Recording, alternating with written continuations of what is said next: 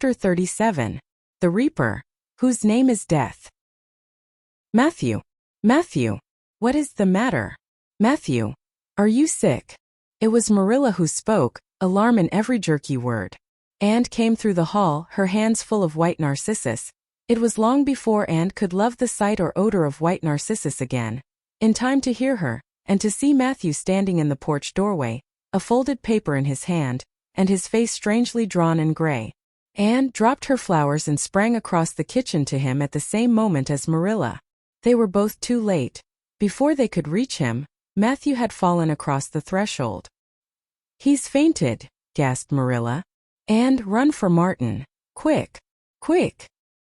He's at the barn." Martin, the hired man who had just driven home from the post office, started at once for the doctor, calling at Orchard Slope on his way to send Mr. and Mrs. Barry over. Mrs. Lynde, who was there on an errand, came too. They found Anne and Marilla distractedly trying to restore Matthew to consciousness. Mrs. Lynde pushed them gently aside, tried his pulse, and then laid her ear over his heart. She looked at their anxious faces sorrowfully, and the tears came into her eyes. "Oh, Marilla," she said gravely, "I don't think we can do anything for him." "Mrs. Lynde, you don't think? You can't think Matthew is..." Anne could not say the dreadful word. She turned sick and pallid. "Child, yes. I'm afraid of it. Look at his face. When you've seen that look as often as I have, you'll know what it means." Anne looked at the still face, and there beheld the seal of the Great Presence. When the doctor came, he said that death had been instantaneous and probably painless, caused in all likelihood by some sudden shock. The secret of the shock was discovered to be in the paper Matthew had held, and which Martin had brought from the office that morning. It contained an account of the failure of the Abbey Bank. The news spread quickly through Avonlea, and all day friends and neighbors thronged Green Gables and came and went on errands of kindness for the dead and living. For the first time, shy, quiet Matthew Cuthbert was a person of central importance. The white majesty of death had fallen on him and set him apart as one crowned. When the calm night came softly down over Green Gables, the old house was hushed and tranquil. In the parlor lay Matthew Cuthbert in his coffin, his long gray hair framing his placid face on which there was a little kindly smile, as if he but slept, dreaming pleasant dreams. There were flowers about him, sweet old-fashioned flowers which his mother had planted in the homestead garden in her bridal days, and for which Matthew had always had a secret, wordless love. And had gathered them and brought them to him, her anguished, tearless eyes burning in her white face. It was the last thing she could do for him. The Barrys and Mrs. Lynde stayed with them that night. Diana, going to the east gable, where Anne was standing at her window, said gently, "Anne dear, would you like to have me sleep with you tonight?" "Thank you, Diana." Anne looked earnestly into her friend's face. "I think you won't misunderstand me when I say I want to be alone. I'm not afraid.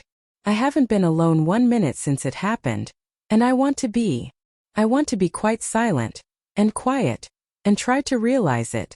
I can't realize it.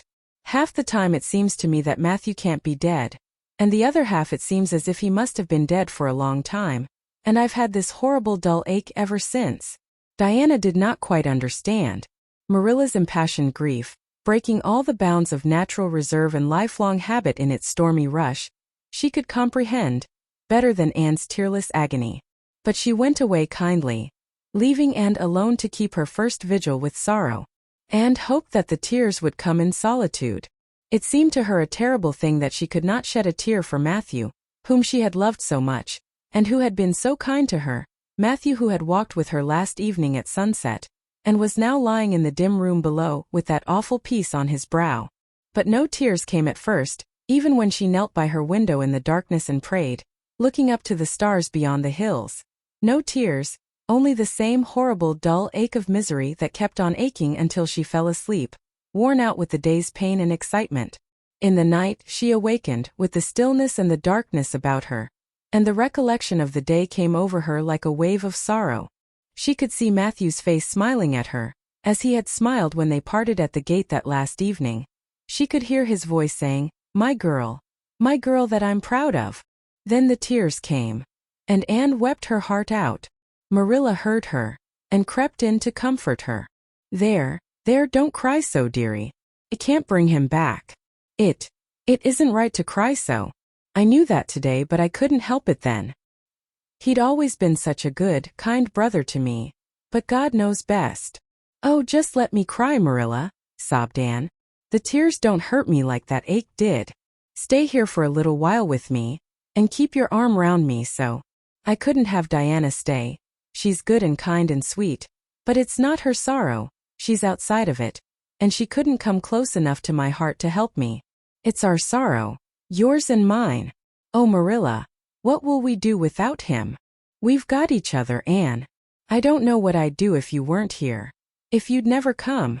Oh, and I know I've been kind of strict and harsh with you maybe, but you mustn't think I didn't love you as well as Matthew did for all that. I want to tell you now when I can. It's never been easy for me to say things out of my heart, but at times like this it's easier. I love you as dear as if you were my own flesh and blood. And you've been my joy and comfort ever since you came to Green Gables. 2 days afterwards they carried Matthew Cuthbert over his homestead threshold, and away from the fields he had tilled, and the orchards he had loved, and the trees he had planted, and then Avonlea settled back to its usual placidity, and even at Green Gables affairs slipped into their old groove, and work was done and duties fulfilled with regularity as before, although always with the aching sense of loss in all familiar things. And, new to grief, thought it almost sad that it could be so. That they could go on in the old way without Matthew. She felt something like shame and remorse when she discovered that the sunrises behind the firs and the pale pink buds opening in the garden gave her the old inrush of gladness when she saw them, that Diana's visits were pleasant to her, and that Diana's merry words and ways moved her to laughter and smiles, that, in brief, the beautiful world of blossom and love and friendship had lost none of its power to please her fancy and thrill her heart, that life still called to her with many insistent voices. It seems like disloyalty to Matthew somehow, to find pleasure in these things now that he has gone, she said wistfully to Mrs. Allen one evening when they were together in the manse garden. I miss him so much, all the time. And yet, Mrs. Allen, the world and life seem very beautiful and interesting to me for all. Today Diana said something funny, and I found myself laughing. I thought when it happened I could never laugh again. And it somehow seems as if I oughtn't to. When Matthew was here, he liked to hear you laugh, and he liked to know that you found pleasure in the pleasant things around you, said Mrs. Allen gently. He is just away now, and he likes to know it just the same. I am sure. We should not shut our hearts against the healing influences that nature offers us. But I can understand your feeling. I think we all experience the same thing. We resent the thought that anything can please us, when someone we love is no longer here to share the pleasure with us, and we almost feel as if we were unfaithful to our sorrow, when we find our interest in life returning to us. I was down to the graveyard to plant a rosebush on Matthew's grave this afternoon, said Anne dreamily. I took a slip of the little white Scotch rosebush his mother brought out from Scotland long ago. Matthew always liked those roses the best. They were so small and sweet on their thorny stems. It made me feel glad that I could plant it by his grave, as if I were doing something that must please him in taking it there to be near him. I hope he has roses like them in heaven. Perhaps the souls of all those little white roses that he has loved so many summers were all there to meet him. I must go home now. Marilla is all alone and she gets lonely at twilight. She will be lonelier still, I fear, when you go away again to college, said Mrs. Allen. Anne did not reply. She said good night and went slowly back to Green Gables. Marilla was sitting on the front doorsteps, and Anne sat down beside her. The door was open behind them, held back by a big pink conch shell with hints of sea sunsets in its smooth inner convolutions. Anne gathered some sprays of pale yellow honeysuckle and put them in her hair. She liked the delicious hint of fragrance, as some aerial benediction above her every time she moved. Dr. Spencer was here while you were away, Marilla said.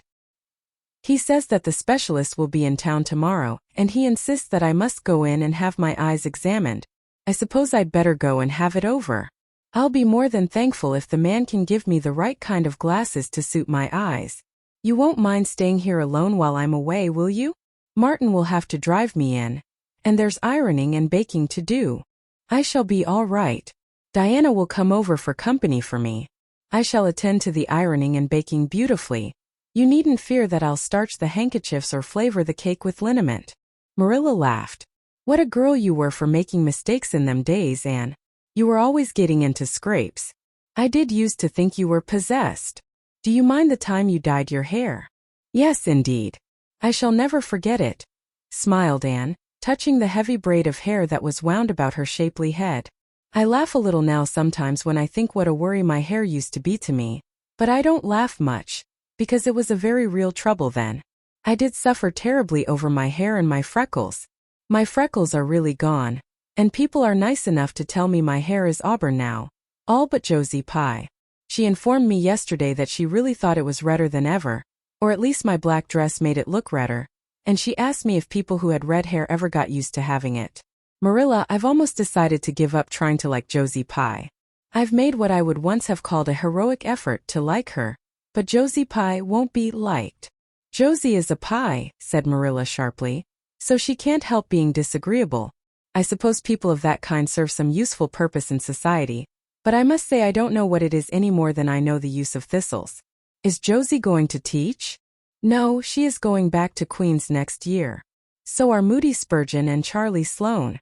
Jane and Ruby are going to teach, and they have both got schools. Jane at Newbridge and Ruby at some place up west. Gilbert Blythe is going to teach too, isn't he? Yes, briefly. What a nice-looking fellow he is, said Marilla absently. I saw him in church last Sunday, and he seemed so tall and manly. He looks a lot like his father did at the same age. John Blythe was a nice boy. We used to be real good friends. He and I. People called him my beau. Anne looked up with swift interest. Oh, Marilla, and what happened? Why didn't you? We had a quarrel. I wouldn't forgive him when he asked me to. I meant to after a while, but I was sulky and angry, and I wanted to punish him first. He never came back. The Blythes were all mighty independent, but I always felt rather sorry. I've always kind of wished I'd forgiven him when I had the chance. So you've had a bit of romance in your life too, said Anne softly. Yes, I suppose you might call it that. You wouldn't think so to look at me, would you? But you never can tell about people from their outsides. Everybody has forgot about me and John. I'd forgotten myself. But it all came back to me when I saw Gilbert last Sunday. End of chapter 37.